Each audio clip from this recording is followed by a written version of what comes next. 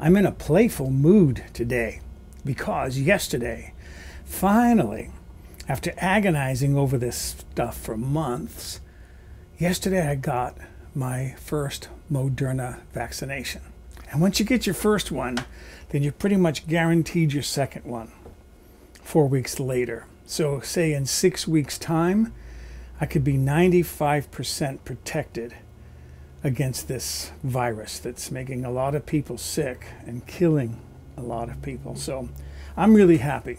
In fact, I told somebody they should list elation as one of the side effects of the vaccine. But first thing I have to do is I have to choose an apron. And I have this one that I wear a lot when I cook with chicken. This actually has roosters on it. And then I have this one that someone made for me. And it's got kind of a more of a playful look to it, maybe with the chickens on it. So I think I'm going to use this one today.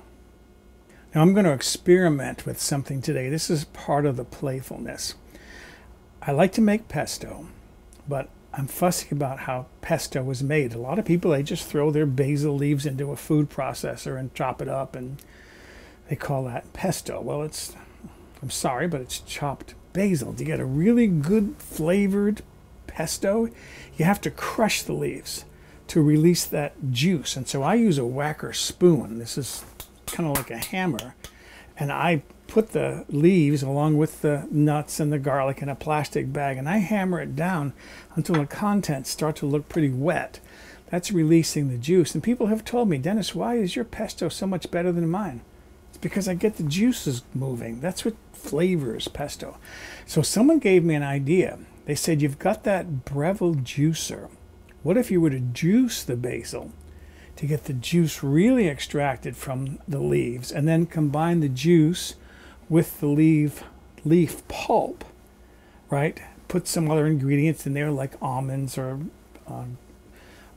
pine nuts, cheese, olive oil, maybe some salt and pepper. Put that in there and make your pesto, but really work on extracting the juice, or waiting for a train to go by.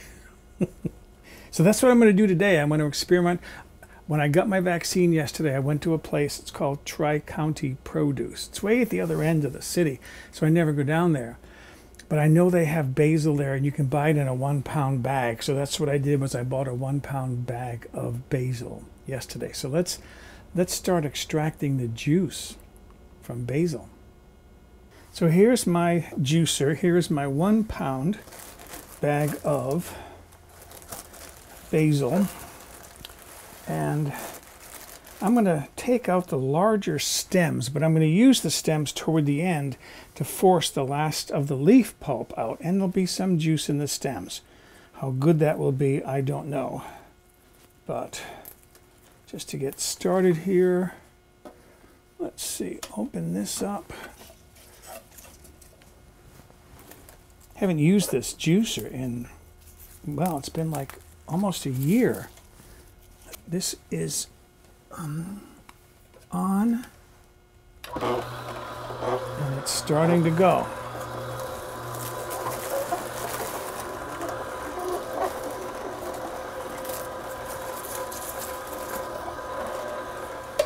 Push it in. And already I'm seeing some juice building up in there. What I'm also going to do is put my cloves of garlic in there. Might as well get those crushed in.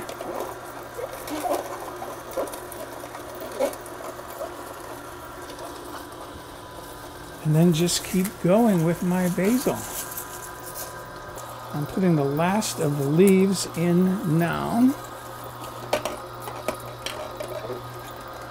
And I'm watching my fluid level. I haven't gotten up to the maximum quantity yet, so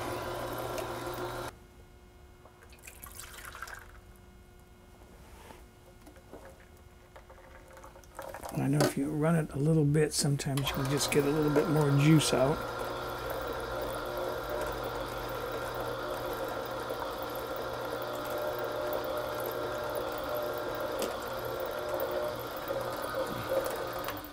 Okay, that looks good. So there's some nice basil juice, and I got to show you what's been coming out the back end. This is the pulp, and it's not dry, but it's barely damp.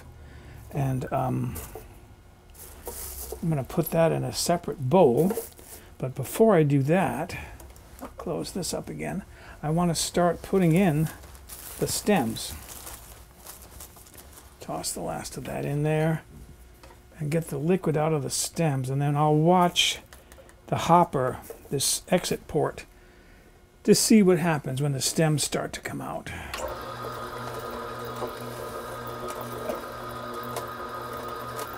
The stems are just now getting ready to come out the back, so I'm going to turn this off. That's the juice from the stems. Don't know what that's going to taste like. Make sure I get the last of it out.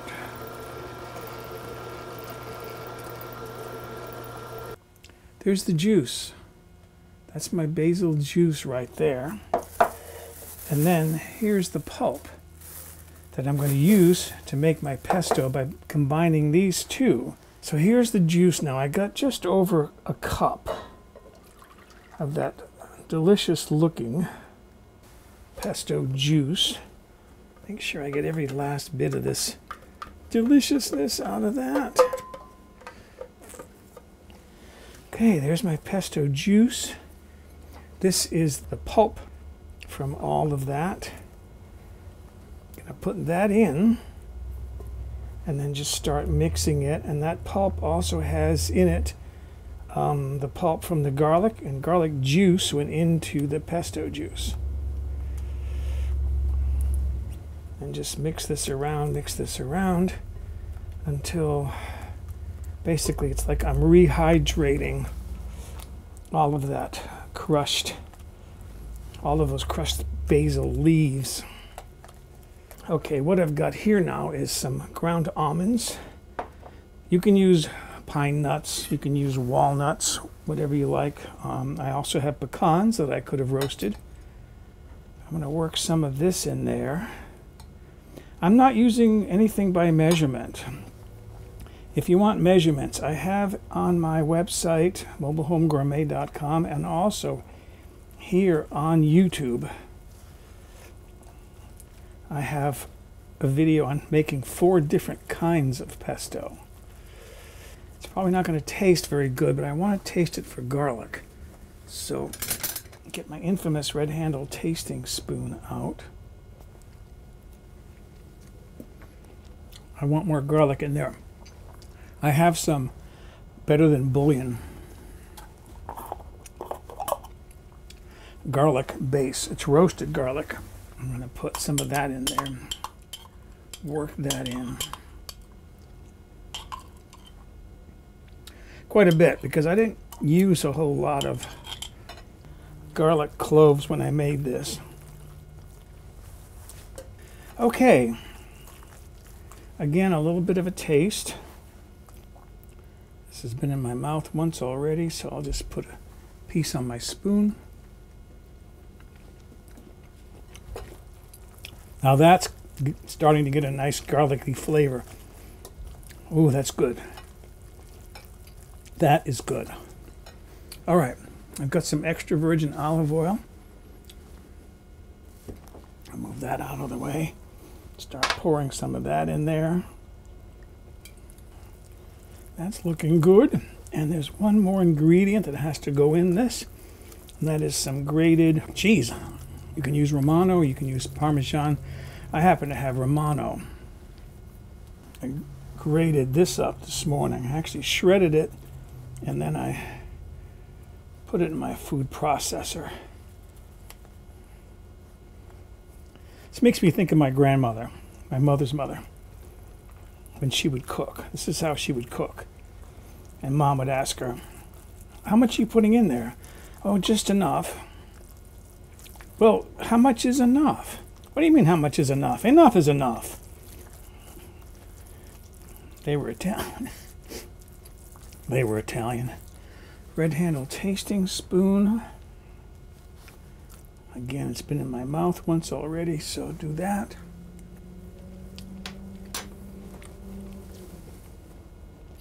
Boy, do I add any more cheese? I don't know, maybe just a little bit. And maybe just a little bit more of the almonds. It's getting such a good flavor already. I don't want to overdo it so that any one ingredient overpowers any other. People who know how I cook, they know I like a balance of flavors. Now see, that to me looks like a really nice pesto. It's not a really wet pesto. It's not a runny pesto. Like, I wouldn't put this as is over pasta or mix it in with pasta.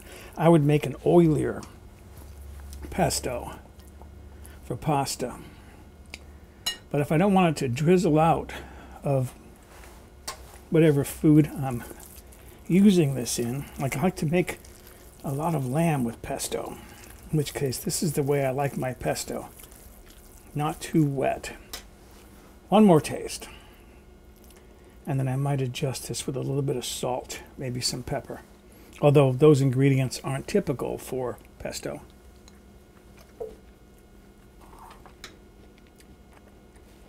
Ooh, that's good. It's got a nice garlicky flavor to it. I'm going to put a hint of salt in that. And as far as what I'm going to do with this big, huge bowl of pesto, I don't know how much I've got there.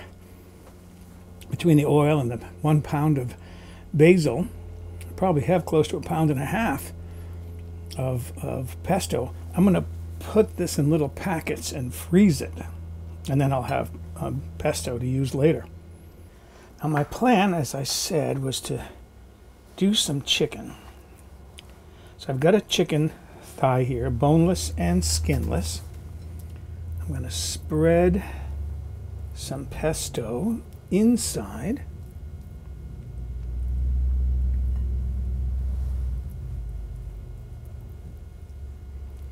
And by the way, once your knife touches chicken, you don't want to go back into that big bowl of pesto. I have a little bowl set aside with only enough that I think I'm going to need. Okay. And then I'm going to roll this up into a cylinder again. And I have some prosciutto here. So I'll take a slice of prosciutto, like so. Put my chicken on there.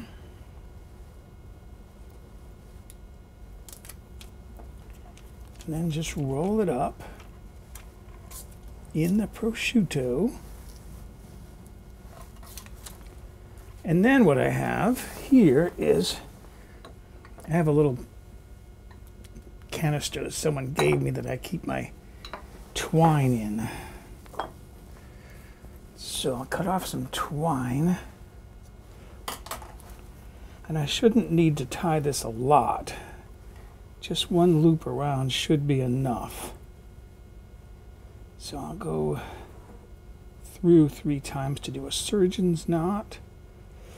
And then once to secure that. Here's one of them. Okay, and let's do the other one. I have 2 here that I'm going to do. I haven't used this camera angle in a while. I think it helps. You can see better what's going on the stove. So my chicken is going in. I turn that heat down to about medium-low. In this skillet here, I'm sauteing some broccoli. This is actually some of my frozen broccoli, and I'm sauteing it with little tomatoes, cherry tomatoes or grape tomatoes, whatever these are. These are round, so I guess they're more like cherry tomatoes. And I'm going to cook my chicken until it's at the right serving temperature, which is up around 168, 170 degrees Fahrenheit, which is about 75 to 77 degrees Celsius. So here are my chicken thighs. I did pull the strings off. You want to pull those off before you plate. And then, let's see, I'll turn this around this way, I guess. This is my broccoli with tomatoes. I think that makes a nice, colorful look. Isn't that nice? What do I call that? Pesto chicken saltimbocca? I thought I would try to do a close-up so you see what they look like inside.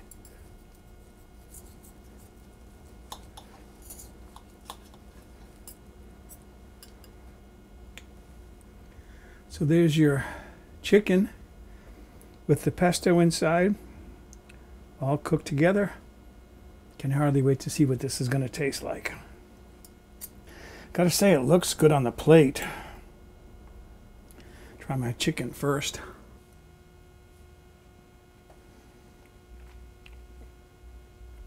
That's good. That's good. I didn't need to salt the chicken in advance. You know, oftentimes you season it before you cook it because the prosciutto is going to add plenty of flavor. And some of my tomato and broccoli.